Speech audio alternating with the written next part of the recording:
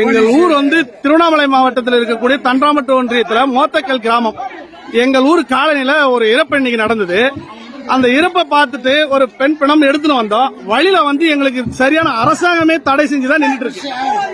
ஒரு உடல், இந்த தகனம் செய்யக்கூடிய உடல் இப்ப வரைக்கும் தனியா ஒரு ரோட்ல தனியா அனாதை படம் மாதிரி இருக்கு.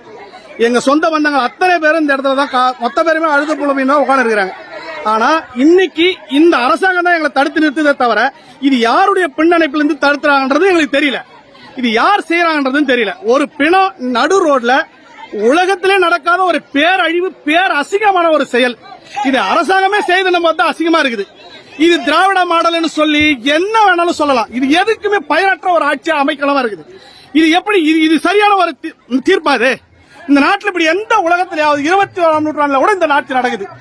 எவன் ராஜராஜ சோழ, எவன் ஆண்ட பரம்பரை, எவன் இதுல நம்மளுக்கு வழிவிடாத போறதுக்கான காரணங்கள் என்ன? எல்லாமே மனுஷன் தான். எல்லாருமே செத்தா 3வது நாள் நாத்து அடிச்சு அப்பனா இருந்தாலும் புள்ளியா இருந்தாலும் தூக்கி பணமா வெளியே போட்டுருவாங்க. ஒரு ரோட்ல கொண்டு இன்னைக்கு அடக்கம் பண்ணி வச்சு உட்காந்துருக்கணும்னா எப்பேற்பட்ட அரசாங்கம் நடக்குது? இந்த அரசாங்கத்துல யார் செய்யற அந்த அரச? எந்த ஒரு தனி மனிதனுடைய தூண்டுதல நடைபெறுது அந்த அரசியல்?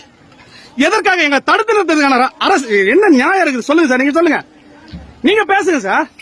அரசாங்க அதிகாரிகள் உங்ககிட்ட தான் எங்களுக்கு தேவை. நியாயம் நீங்க தான் கொடுக்க வேண்டியது. எங்களை யார் ஒரு தனிப்பட்ட நபரோ இல்ல எந்த ஒரு அரசாங்கமே எங்களை தடுக்கல. காவல்துறை எங்களுக்கு காக்க வேண்டியவங்க தடுத்து நிறுத்துறாங்கன்னா என்ன நியாயமா இருக்கும்?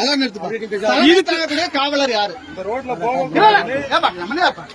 இந்த சவத்தை இந்த வழியாக செல்லக்கூடாது என்று தடுத்து நிற்க தலைமை தாங்கக்கூடிய காவல் அதிகாரி அவர்களை மிகவும் பணியுடன் வரவேற்கிறேன். யார் ஒரு கொஞ்சம் வாங்க.